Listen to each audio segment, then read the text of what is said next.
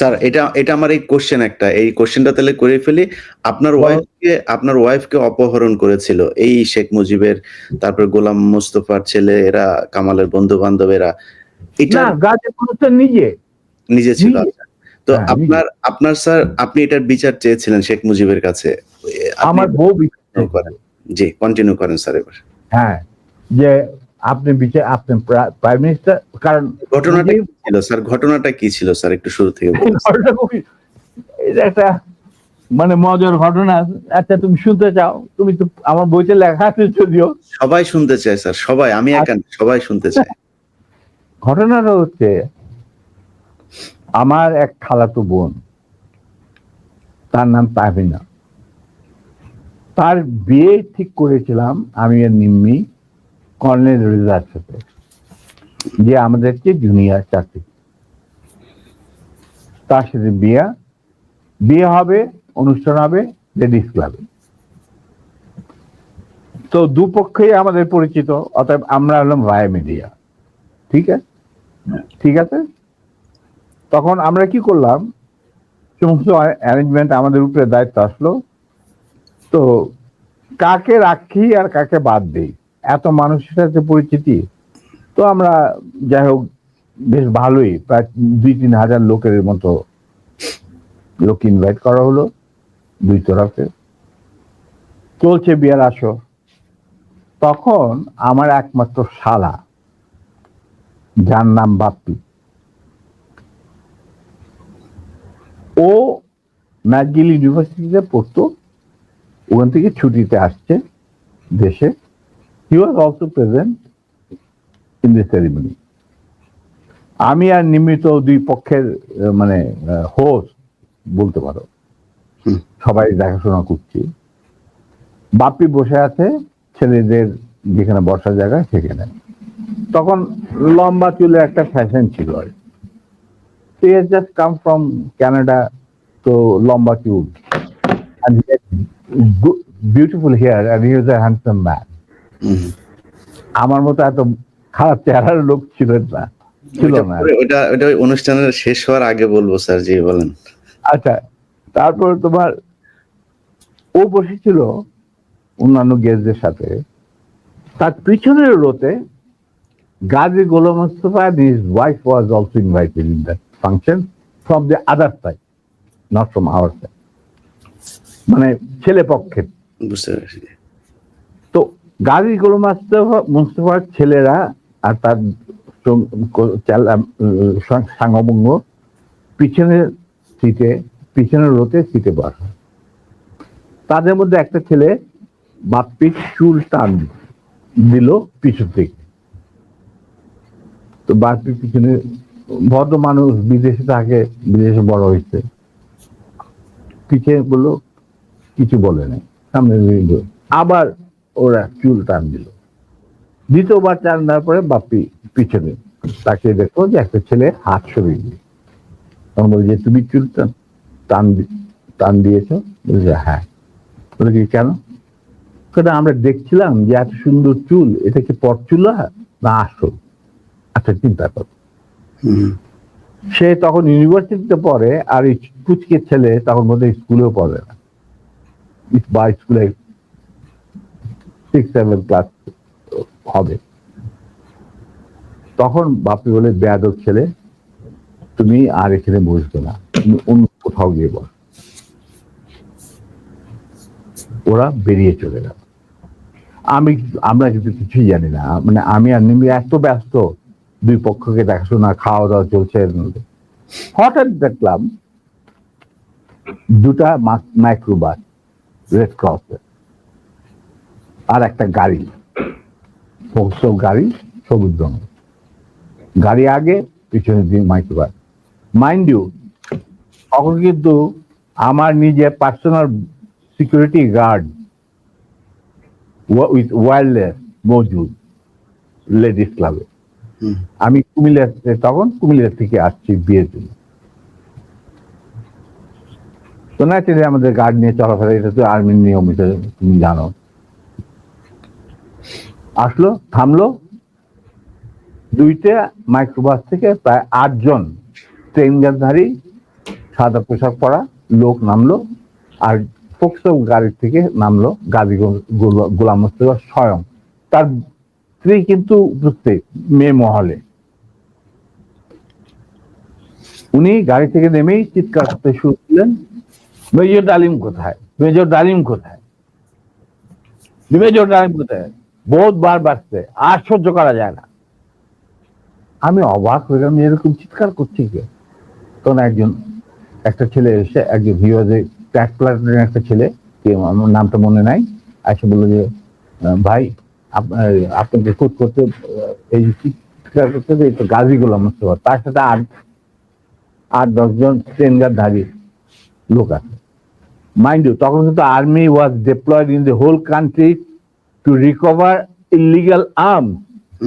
আর আমাদের ঢাকার হেডকোয়ার্টার ছিল রেস কোর্স, এই অপারেশনে যুক্ত ছিলাম।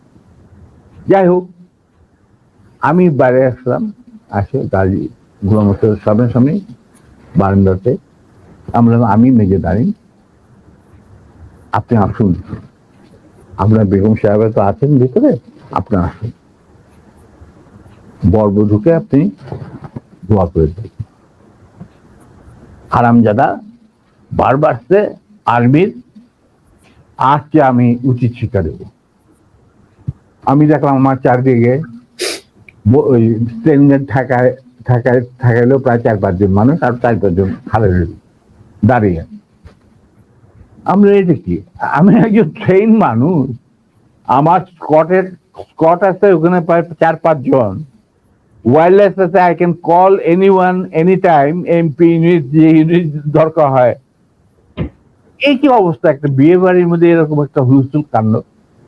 আপনি দেখেন কিছুই, কি ব্যাপার কি, আপনি আজকে তো উত্তেজিত করেন। আমি তো জানি না যে এর মধ্যে কি ঘটনা ঘটে। ওগুলো ওঠ, এ উঠা, মাইক্রোবাইক আমাকে ঠেলতে ঠেলতে নিয়ে যাচ্ছে মাইক্রোবাইক। আপনি ব্যাপার কি গাড়িতে, এটা একটা বিয়ে বাড়ি, একটা মেয়ের বিয়ে হচ্ছে, আর আপনি আমাকে বলছেন উঠ। কি আমার কাপড় টাপড় ধরে 4 জন মিলা আমাকে উঠালো, খবর চলে গেল ভিতর অন্য মহলে। নিম্মি আর আমার শাশুড়ি, আমার খালার শাশুড়ি মানে কন্যার মা, উনি বেরিয়ে আসলেন। ওনারা আসলেন যে কি ব্যাপার, দেখে যেরকম আমাকে ঠেলাঠেলি করে উঠানো হচ্ছে মাইক্রোবাসে। আমি মাইক্রোবাসে উঠলাম, উঠে দেখি চুল্লু আর আলম নামে 2 জন মুক্তিযোদ্ধা, ক্র্যাক প্লাটুনের সদস্য, তারা ছিল আমার ছোট ভাই স্বপনের সাথে, স্বপন বীর বিক্রম। ওদেরকেও মারতে মারতে মানে রক্ত বের করে ফেলেছে, মুখ দিয়ে রক্ত ঝরছে, আহত অবস্থায় তারাও মাইক্রোবাস। তখন আমার খালাম্মা গাজীকে বললো, গাজী সাহেব আপনি কি করছেন, আমার মেয়ের বিয়ে হচ্ছে, আর দে আর দি, তারা বর পক্ষেরও কন্যা পক্ষেরও। কি হয়েছে কি, ওরা তো ব্যস্ত। বলে আমি ওদেরকে উচিত শিক্ষা দেবো, ওকে আমি উচিত শিক্ষা দেবো। তখন আমার স্ত্রী বললো যে আপনি তাকে একা নিয়ে যেতে পারবেন না, আপনি আমাকে সঙ্গে নিয়ে আসবেন। ঠিক আছে চল, ওরেও ধাক্কা দিয়ে উঠায় দিল মাইক্রোবাসে। তখন আমার খালা বললেন, গাজী সাহেব আপনি কিন্তু বাড়াবাড়ি করছেন, ঠিক আছে, যেখানে আপনি নিয়ে যেতে চান আমিও যাবো সাথে। গাজী কি স্যার তখন ঢাকা আওয়ামী লীগের সভাপতি নাকি? তখন সে আওয়ামী লীগের সভাপতি নয়, he was also the chairman of the Red Cross। বুঝতে পারলাম, শেখ মুজিবের সবচেয়ে প্রিয় লোক সে তখন। সে ঢাকার মধ্যে মানে ঢাকা শহরে সে হলো মুজিবের সবচেয়ে বড় লাঠের সর্দার। অশিক্ষিত মূর্খ মানুষ সাধারণত রেড ক্রসের চেয়ারম্যান হয় না, কিন্তু ওকে বানানো হয় যাতে করে লুটের এই যে রিলিফের মার চুরি চামারি করতে সুবিধা। যাই হোক, সেটা অন্য ব্যাপার। তারপরে আমাদেরকে নিয়ে উনি গাড়ি ঘুরে চললেন প্রথম ফার্ম গেট, ফার্মগেট দিয়ে ভিতরে ঢোকার পরে আমি দেখলাম যে আরে সর্বনাশ, কোথায় চাচ্ছে, লক্ষ্মীবাড়ি ক্যাম্পে নাকি। তখন আমি চিন্তা করছি কি করি। এর মধ্যে আমার খালা আর মিমি নিজেদের শাড়ি ছিঁড়ে চুল্লু আর আলমকে ব্যান্ডেজ করে দিচ্ছে, মানে দেখে দেখে ক্ষত, তার দিকে রক্ত পড়ছিল। আমি হঠাৎ বললাম, গাড়ি থামাও driver. In the mean time Swapan Bapi ওরা কিছু গেস্টকে বোধহয় বাড়িতে পৌঁছে দেওয়ার জন্য নিয়ে গেছিল গাড়ি করে, বা ওদের গাড়ি আসছিল না, দেরি ছিল কিছু, ওরা উপস্থিত ছিল না। তো আমি বললাম গাড়ি থামা, ড্রাইভার গাড়ি থামা দিল। আমরা তখন আমার গাড়িতে প্রায় 4 জন ট্রেনধারী লোক, তাদের একজনকে বললাম যে তুমি গিয়ে ওই সামনে যে গাড়ি গোলাম মোস্তফা বসে আছেন, কাজী গোলাম মোস্তফা সাহেবকে বলেন নাই কিনা আসে। Somehow that man is train guard, he got down and went to Gazi. গাজিও তখন স্টপ হয়ে গেছে, যে পিছনে গাড়ি স্টপ হয়ে গেছে। আসে বলছে, ওনাকে বোধহয় বলছে যে আপনাকে উনি ডাকছেন নিজের দাঁড়িয়ে। গাজী গুলস্তান দরজা খুলে আমাদের মাইক্রোবাসে আসলো। তখন আমি গাজী গোলাম মোস্তফাকে বললাম যে গাজী সাহেব, আপনি তো আমারই নিয়ে চলছেন, কোথায় নিয়ে যাচ্ছেন জানি না, কিন্তু একটা কথা মনে করে রাখেন, আপনাকে মনে করাই দিচ্ছে আপনার ভালোর জন্য, যে আপনি যে আমাদেরকে এই মাইক্রোবাসে, রেড ক্রসের মাইক্রোবাসের মধ্যে ঢুকায় নিয়ে আসছেন, এটা কিন্তু হাজার হাজার মানুষ, শয়ে শয়ে মানুষ দেখতে উপস্থিত ছিল। অতএব আপনি কিন্তু আমাদের সাথে যাই করেন, আপনি কিন্তু পার পাবেন। এইটা শোনার পর গাজী গেল একটু ঘাবড়ায়, যে তাই তো, আমি যে উঠাই নিয়ে আসছি এটা তো সবাই দেখছে। তখন আমি বললাম যে আপনি যাই করেন, উনি যখন একটু হতভম্ব হয়ে বোধ দেখাচ্ছে, আমি বললাম যে গাজী সাহেব, আমি আপনাকে একটা পরামর্শ দিই, আপনি যাই করেন, আপনি শেখ সাহেবের কাছ থেকে আগে পারমিশনটা নিয়ে নেন, এছাড়া আপনি বাঁচতে পারবেন না। এর মধ্যে আমার ছোট ভাই স্বপন বীরবিক্রম ফেরত আসছে লেডিস ক্লাবে, বাপ্পি ফেরত আসছে। ওরা শুনলো যে এই ঘটনা ঘটছে, ওখান থেকে সোজা স্বপন চলে গেল এমপি ইউনিটে, ঢাকা ক্যান্টনমেন্টে। ওখানে গিয়ে বললো যে এরকম অবস্থা, বিয়ে বাড়ি থেকে কিডন্যাপ করে। এই বিয়েতে কিন্তু জিয়া রহমান উপস্থিত ছিল, শফিলিও উপস্থিত ছিল, খালেদ মোশাররফ, মানে সবাই উপস্থিত ছিল। আচ্ছা, তো ওনারা তখন চলে গেছেন। সেদিন কি ছবি দেখানোর কথা ছিল, সত্যজিৎ রায়ের যদি মহানগর না কি একটা ছবি, তো ওটা দেখার জন্য সবাই চলে গেছে আগে, তাড়াতাড়ি খাওয়া দাওয়া করে। তখন এই খবরটা পাওয়ার পরে the CEO of the MP unit এই খবরটা ব্রিগেড মেস, ইউনিট মেস সবখানে এটা সে জানাই দিল। ইয়াং অফিসাররা লুঙ্গি, গেঞ্জি, পায়জামা যে যা পরা ছিল সবাই ঢাকা শহরে বের হয়ে আসে। তারা খুঁজতে লাগলো যে আমাদের অ্যাবডাক্টেড অফিসার তার ওয়াইফ কোথায়। আর একদল সোলজার এমপির পাঠানো হলো, যারা ওই অবৈধ অস্ত্র কালেকশনে ডিপ্লয় ছিল, গাজীর বাড়িতে যাদের পাইছে সবাই বন্দুকেরা নিয়ে আসছে রেস্ট ময়দান। আমি কিন্তু এগুলো কিছু জানি না। গাজী তখন আমার কথা শোনার পর ও ওদের কিছু চিন্তা করলো, চিন্তা করার পরে দেখলাম যে উনি লক্ষ্মীবেদের দিকে না গিয়ে 32 নম্বরের দিকে যাচ্ছে, কলাবাগানের। আমি বললাম যে আলহামদুলিল্লাহ। তখন 32 নম্বরে গার্ড রেজিমেন্ট ছিল, ফার্স্ট ফিল্ড রেজিমেন্ট, যেটা আমার হাতে গড়া। তারা গার্ড দিচ্ছিল প্রাইম মিনিস্টারের বাড়ি, আমার জানা আছে। তো গাড়ি চললো, আমরা পিছিয়ে পিছিয়ে চললাম আবার কাফেলা। কাফেলাকে গাজী 32 নম্বরের গেটের ভিতরে ঢুকতে না দিয়ে বাইরে খাড়া করায়, স্টপ করা পর গাজী তার গাড়ি নিয়ে ভিতরে চলে যায়। আমরা ওখানে থাকলাম। ইতিমধ্যে যখন এরকম সারা আর্মি ডিপ্লয়মেন্ট যারা ডিপ্লয়েড ছিল তারা যখন গাড়ির পরিবেশ ধরে নিয়ে আসছে আর সবখানে ব্যারিকেড দিয়ে চেক করা হচ্ছে প্রত্যেকটা গাড়ি যে আমাদের মিসিং অফিসার তার স্ত্রী কোথায় আছে কিনা, যাতে ঢাকার বাইরে না যেতে পারে। এই হুলস্থুল চলছে।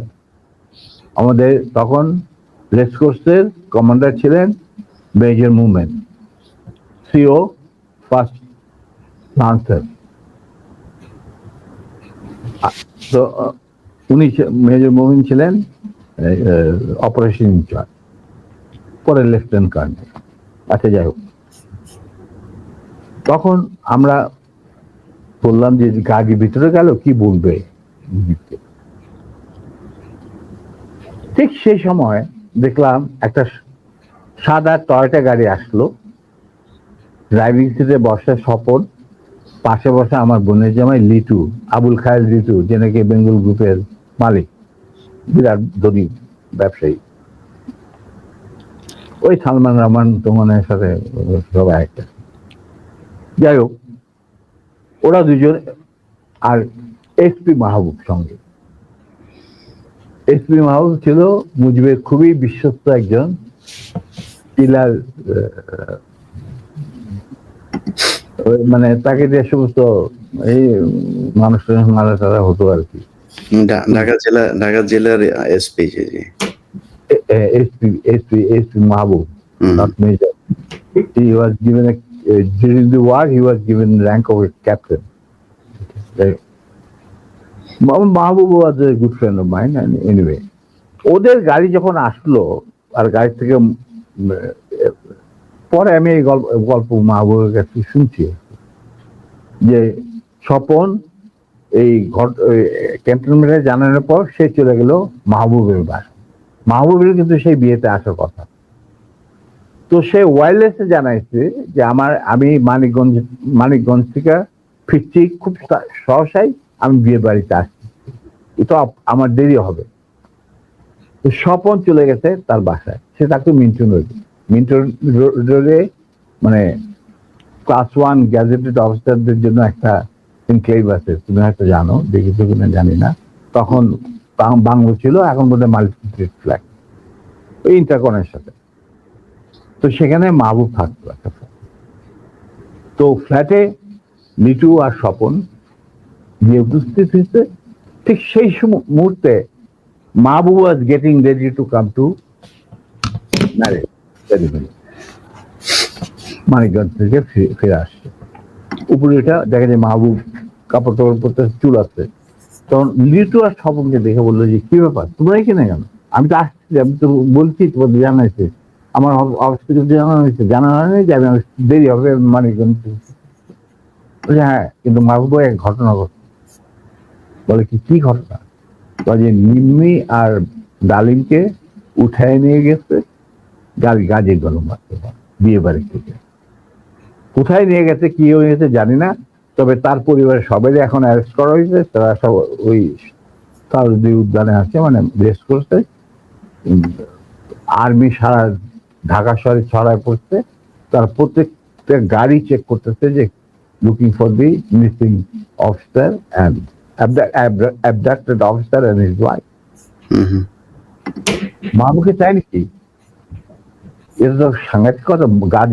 গাড়িতে তো বিশ্বাস করা যায় না বলে সে রেড টেলিফোন করতে, মানে হাত দিতে গেছে, রেড টেলিফোন বেজে উঠছে। কে? শেখ মুজিব। ফোন মাহবুব। কে বলছে? আমি মাহবুব বলছি। বলে যে আমি প্রাইম মিনিস্টার মুজিবুর রহমান। বলে জি স্যার বলেন। বলে কি তুই ইমিডিয়েটলি আমার বাসায়। এর মধ্যে chief of staff, deputy chief of staff, CGS, Khalid Mosharraf, এদেরকে ডাকানো হয়েছে। এরা আসছেন।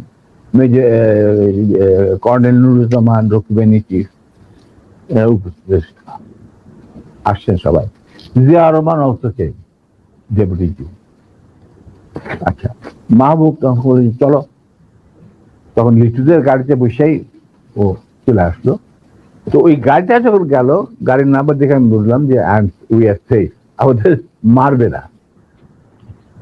কারণ এরা যখন এসে উপস্থিত হয়েছে, তার মানে সিঙ্গল বিয়ারটা কন্ট্রোল। আর সারা দেশে কি হচ্ছে এগুলো কিন্তু জানি না, মানে সারা ঢাকা শহরে। তখন গেটের সামনে থামলো, ওটা থেকে মাহবুব নামলো, সব ওনার লিচু গাড়ি নিয়ে দূরে গিয়ে সামনে ব্রিজের কাছে থামলো, গাছের ছায়া নিচ্ছে। আমরা যে মাইক্রো বাসটা আসছি ওটা কিন্তু ওরা জানে না। মাহবুব চলে গেল ভিতরে। ইন দি মিনটা আমি চিন্তা করছি যে আমি কি করব, কি করা উচিত। আমার ফার্স্ট ফিল্ডের রেজিমেন্টের লোকেরা মুজিবের গার্ড রেজিমেন্ট হিসেবে তখন নিয়ে যেত। আমি যদি একটা আওয়াজ দেই তখন তো তারা সমস্ত ব্যারেল ঘুরাই দেবে। কিন্তু এর মধ্যে একটা ক্রস ফায়ারের সিচুয়েশনে কে মরবে কে বাঁচবে, এটাও তো একটা সমস্যা। এটা বোধহয় ঠিক হবে না। যেহেতু মাহবুব ভিতরে গেছে, লেটস সি হোয়াট হ্যাপেন। কিছুক্ষণের মধ্যেই মাহবুব, আমি দেখলাম যে মাহবুব না, শেখ কামাল, রেহানা, তারপরে শেখ জামাল, বেগম মুজিব নিচে গেটের বাইরে এসে আমাদেরকে খালাম্মা টালাম্মা চলার অসুবিধা, মানে রক্তাক্ত চুল্লু ওদের দেখে তো ওরা ঘাবড়ে গেছে। তারপরে নিম্মির অবস্থা, তো ভিতর নিয়ে আমাদের ভিতর নিয়ে গেল। তখন ভিতর নজর পড়ে দেখলাম সিটিং রুমে প্রথম আমাকে ডাকলেন মুজিবুর রহমান আর আমার নিম্মিকে। তো রেহানারা সব ওখানে দাঁড়ায় রইল, মিসেস মুজিব দাঁড়ায় রইলেন, আমরা ভিতরে গেলাম। গিয়ে দেখে সব মজলিস বসে আছে, chief of staff, deputy chief staff, CGS and all. তখন এর মধ্যে গাজী গণহত্যার বাসা থেকে ফোন আসছে প্রাইম মিনিস্টারের কাছে যে বাড়ির সবাই ধরে নিয়ে গেছে আর্মি। যতক্ষণ পর্যন্ত আমাদের অফিসার লেডি ওয়াইফকে না পাওয়া যাবে আমরা কাউকে ছাড়বো না। আর ওই গার্মেন্ট 17 দিন যে গার্মেন্ট গেছিল মাইক্রোবাসে, এই খবর শুনা গাজীরও মুখ শুকায় গেছে, মুজিবুর রহমানেরও মুখ শুকায় গেছে, যার জন্য এই সবাইকে ডেকে নিয়ে আসছে, জিয়া রহমান, শফিউল্লাহ, খালিদ মোশাররফ। আচ্ছা, তো মুরলী বুদ্ধি আর কি। আমরা ঢুকতেই নিম্মিকে জড়াই ধরলেন মুজিবুর রহমান, মা তুই কাঁদিস না, তুই কাঁদিস না, আমি এটার বিচার করবো। এই হারামজাদা গাজী, তুই করছিস কে? এটা কি করলি তুই? যা ওর পা ধরে মাপচা। আমার বউয়ের পা ধরে মাপচা।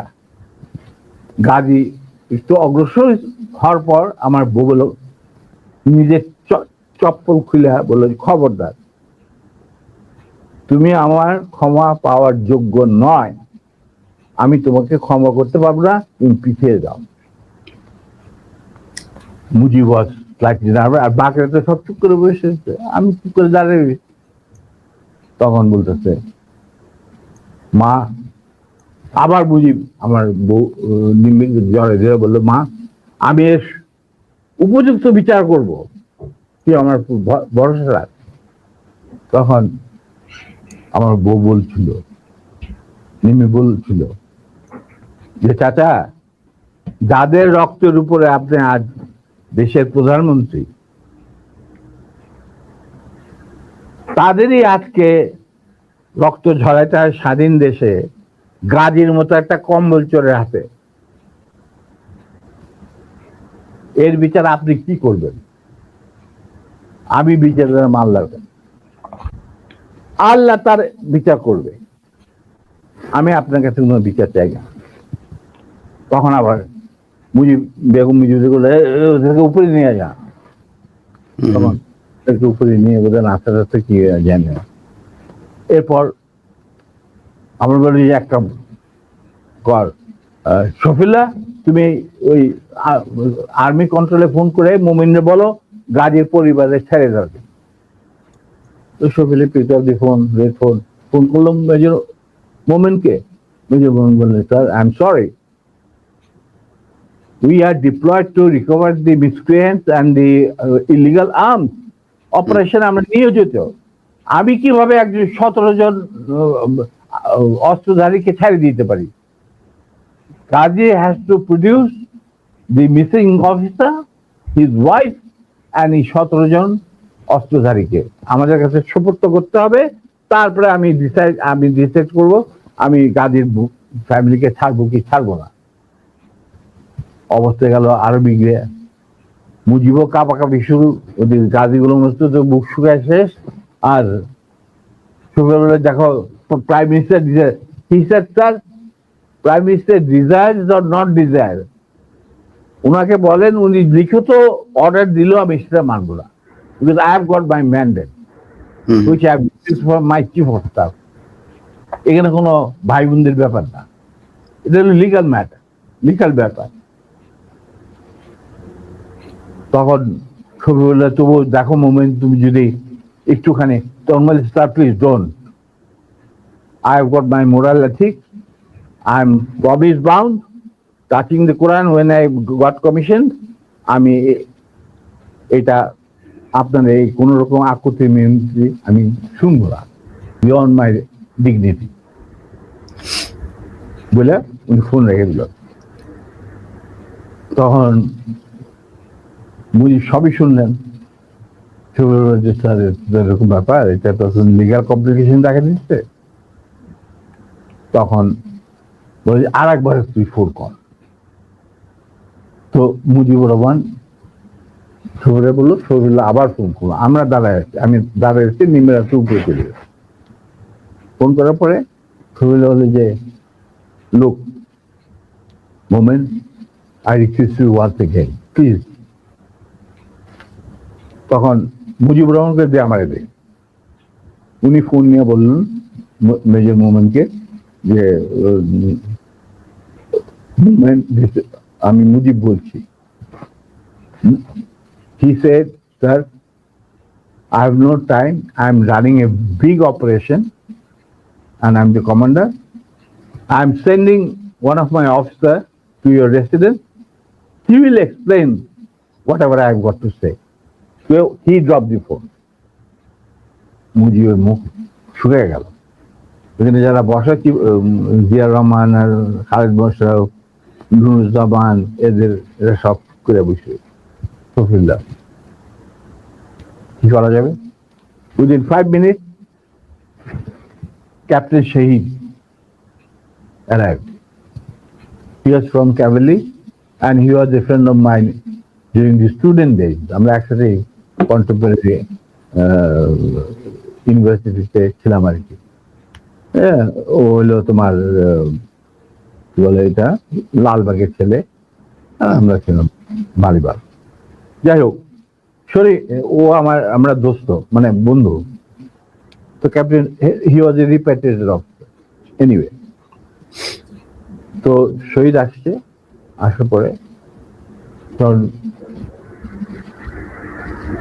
মুজিবুর রহমানের এবং আদালতের সামনে শহীদ বলেছে, sir I have been ordered to come and convey the message loud and clear to you that it is a legal matter. Ghazi has violated the Prime Minister's order on which army has been deployed over the whole country, and he had abducted an officer in uniform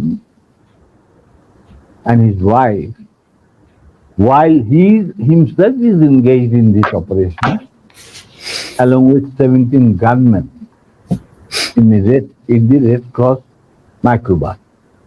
Now, যেহেতু আমরা deployed আছি to recover the illegal arms, the commander said, no way, Ghazi and these 17 people has to be surrendered to him, and then legal proceedings will start according to the ল।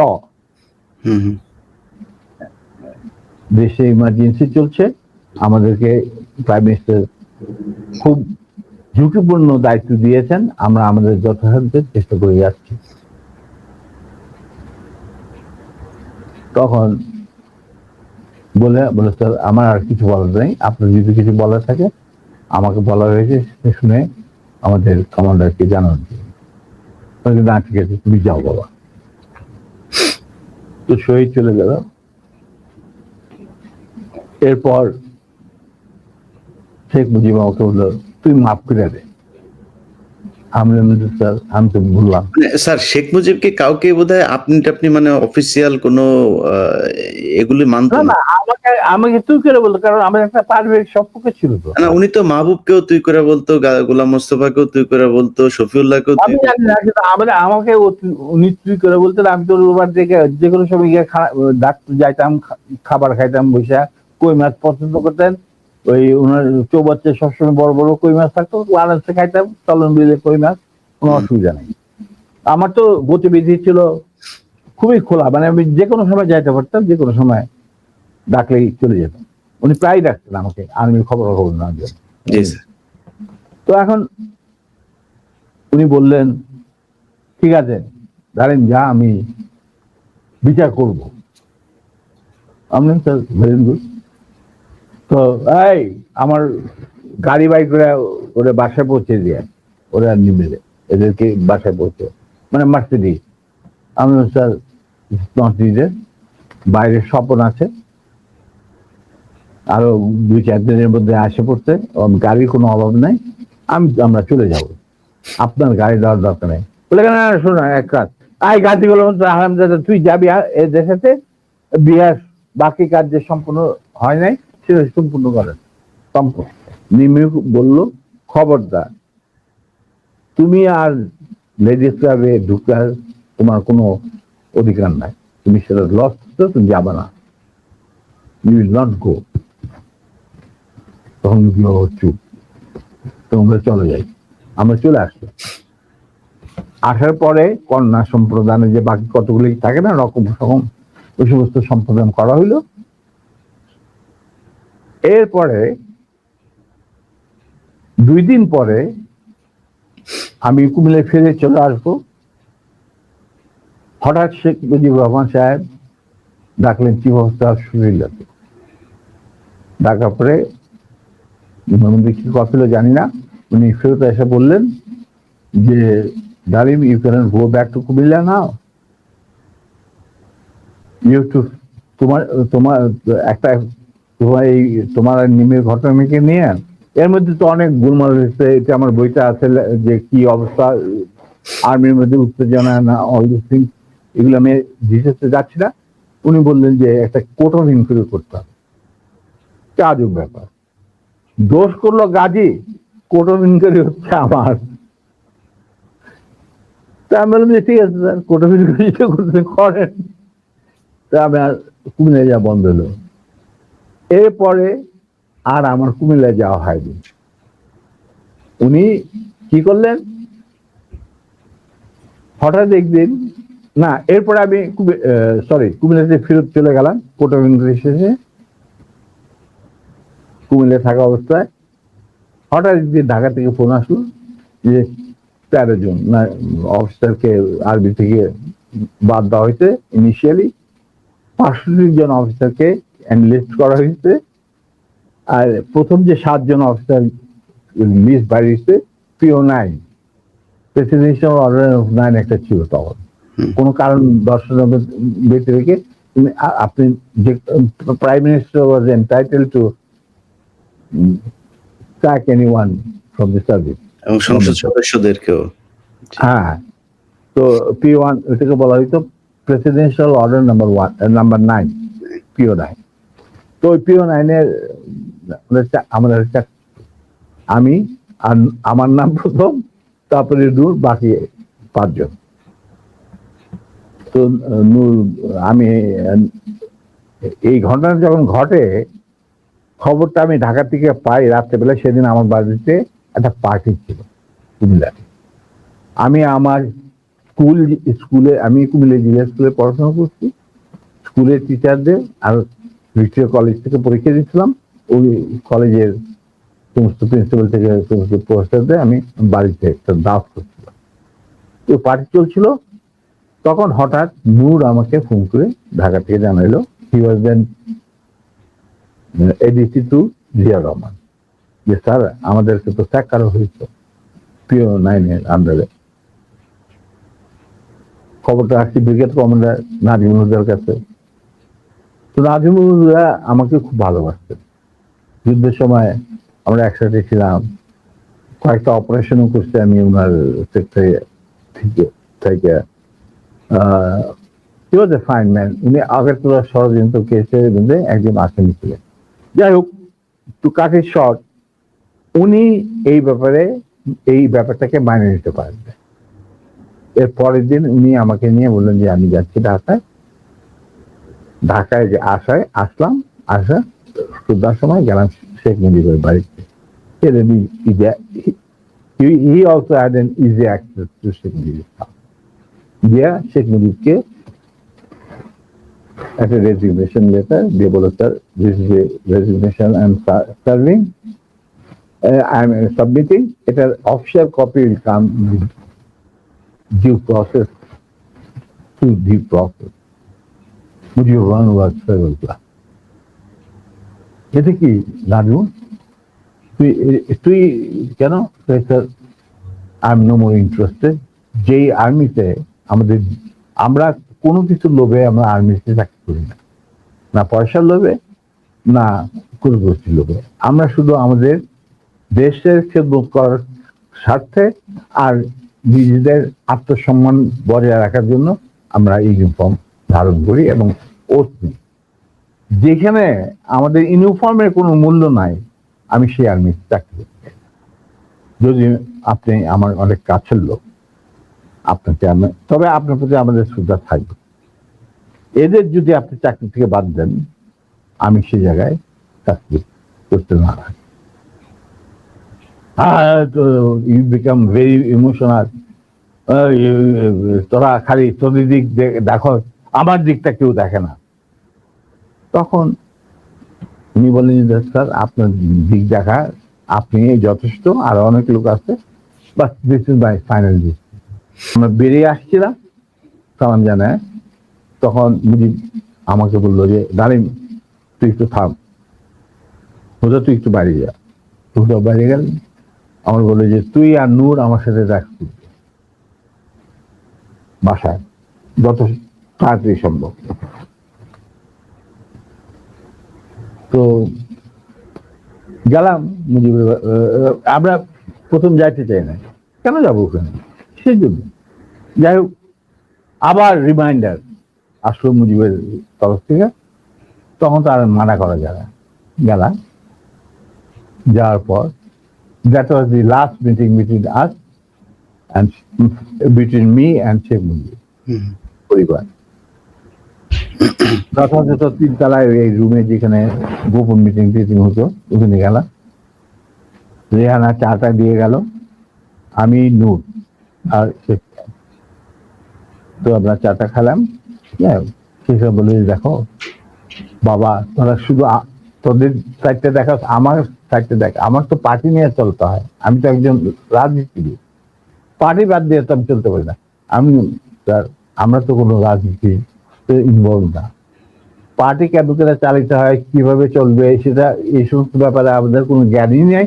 আপনার জ্ঞান আছে, আপনার জ্ঞান আপনার কাছে দেখেন, আমাদের কেন এই সমস্ত বলতে না না তোরা তো আমার এই ডিসিশনে পার্টি চাপে আমাকে, আমি সিদ্ধান্ত নিতে দিতে। হ্যাঁ স্যার, আপনি ভালোই সিদ্ধান্ত নিতেন, 65 জন অফিসারকে চাকরি বার করে দিলে কি অসুবিধা হবে, আর্মিতে তো হাজার হাজার অফিসার আছে। উনি বললো যে না না শোন, তোদের জন্য আমি কি করতে পারি, তোরা যদি বিদেশে চাকরি করতে চাস আমি তোদেরকে বিভিন্ন মিশনে পাঠাতে পারি, যেখানে যার ইচ্ছা। তোরা যদি ব্যবসা করতে চাস তাহলে শেখ নাসেরের পার্টনার হয়ে ব্যবসা কর, মানে তার ছোট ভাইয়ের সাথে পার্টনার হয়ে ব্যবসা কর। আমরা বললাম চাচা আপনি আমরা শ্রদ্ধা করি, এখনো শ্রদ্ধা করি। আপনি ভালো মনে করছেন, আপনি আমাদের চাকরি কৃত করছেন, আল্লাহ আল্লাহ খায় আল্লাহ। খাওয়া পড়ার জন্য আপনার ভাইয়ের সাথে মিলে ব্যবসা করতে হবে না আমাদের। আমরা ওইরকম পরিবার থেকে আসি নাই, দুজনেই। এটা আল্লাহ চালাই নিবে, মালিক আল্লাহ, রিজিকের মালিক আল্লাহ। আর দ্বিতীয় কথা, বিদেশে চাকরি নেওয়া সেটাও সম্ভব না। আপনি সরকারের আন্ডারে আমরা আর চাকরি করতে পারবো না কোনো ব্যাপারে। যদি পারেন ইউনিফর্ম ফিরে দেন, তাহলে আবার আমরা চাকরি করি, তাহলে দরকার কিছু। কিন্তু যারাকে একটা কথা বলে দিচ্ছি, এই যে আপনার পার্টি করতেছেন না, যারা আপনার কানে মধু ডালে সবসময়, যে বাংলাদেশ মানে মুজিবুর রহমান, বাংলাদেশের জনগণ মুজিবকে ভালোবাসে, মুজিব তাদেরকে ভালোবাসেন। আবার একই সাথে আপনি দেখেন যে টিকা গণভবনের দেওয়ালে যে মুজিব বলে কম্বল তোরা গাদি, এতগুলি কম্বল এলো, আমার কম্বলটা কই, সেটাও স্মাগলিং করে বাইরে পাঠাই হারামজাদা। এদের নিয়ে আপনি রাজনীতি করতেছে করেন। আবার টিকা দেখা যায় মুজিবের মাথায় গোবর, বুদ্ধি বলে কিছু নাই। আপনি আবার তুফাইল জিগান এই কথা জানলো কিভাবে জনগণ, তখন আবার তুফাইল কাজ এগুলি জলদি চাচা, এই যে চাচার দল আপনাদের ঘিরে রাখছে, আপনি জানেন না। আপনি আজকে 71-এর আগে যে মুজিব আপনি ছিলেন, সেই মুজিব আজকে আপনি না। আপনাকে জনগণ কতটা যে ঘৃণা করে, আপনি যে জনগণ কত দূরে চলে গেছেন। আমরা মাঠে ময়দানে কাজ করি, আমরা জানি দিন একদিন আসবে, চাচা, আগে হোক পরে হোক, দিন একদিন আসবে যেদিন যখন গুলির বৃষ্টি শুরু হবে, সেই গুলিগুলো সব আপনি নিজেই ধারণ করতে হবে। আপনার চারিপাশে একজন লোককে খুঁজে দেবে। আসি, সালাম।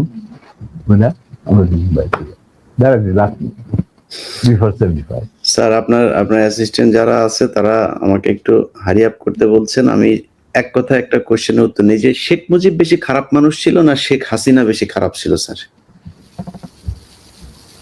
দেখো, অ্যাকচুয়ালি শেখ হাসিনা তো তখন খুবই ছোট, তার সাথে তেমন একটা ইন্টারাকশন ছিল না, বিয়ে হয়ে গেছে বাজেটের সাথে। কিন্তু আমি দেখতাম যে প্রত্যেকদিন রাত্রেই মায়ের সাথে হেঁটে আইতো মুজিব, আমার বেগম মুজিব খাওয়াইটা এবার পাঠাই দিত। আচ্ছা, তখন সে ছাত্র রাজনীতি কিছু চলছিল, তেমন বিশেষ কিছু না। ওর চেয়েও বড় বড় নেতা ছিল মহিলা আওয়ামী লীগে। অতএব আমি এই ব্যাপারে তেমন একটা কি বলতে পারবো, তবে স্বৈরাচার হিসাবে বলতে পারবো। হ্যাঁ, আমি এটাই বলছি জি স্যার, এখনকার হাসিনার কথা বলছি জি স্যার। এখনকার হাসিনা ওয়াজ ফার মোর ভিশাস এবং রক্ত পিপাসু দেন হার ফাদার। এটা বলতে আমার কোনো, মুজিব বীজ বপন করেছিল এক নায়ককে ফেরে, আর সেইটাকে 16 বছরে পাকাপোক্ত করতে ভারতের সাহায্যে হাসিনা, এবং সে তার চেয়েও বেশি বাংলাদেশে ক্ষতি করতে, বাংলাদেশের লোকে মারতে, গুম করতে, আয়না ঘর, সেই ঘর ফাল, এই সমস্ত। অতএব তার কীর্তিকলাপ মুজিবের তুলনায় হাজার গুণ বেশি। স্যার, মেজর জলিলকে গ্রেফতার করেছিলেন কেন আপনারা স্যার?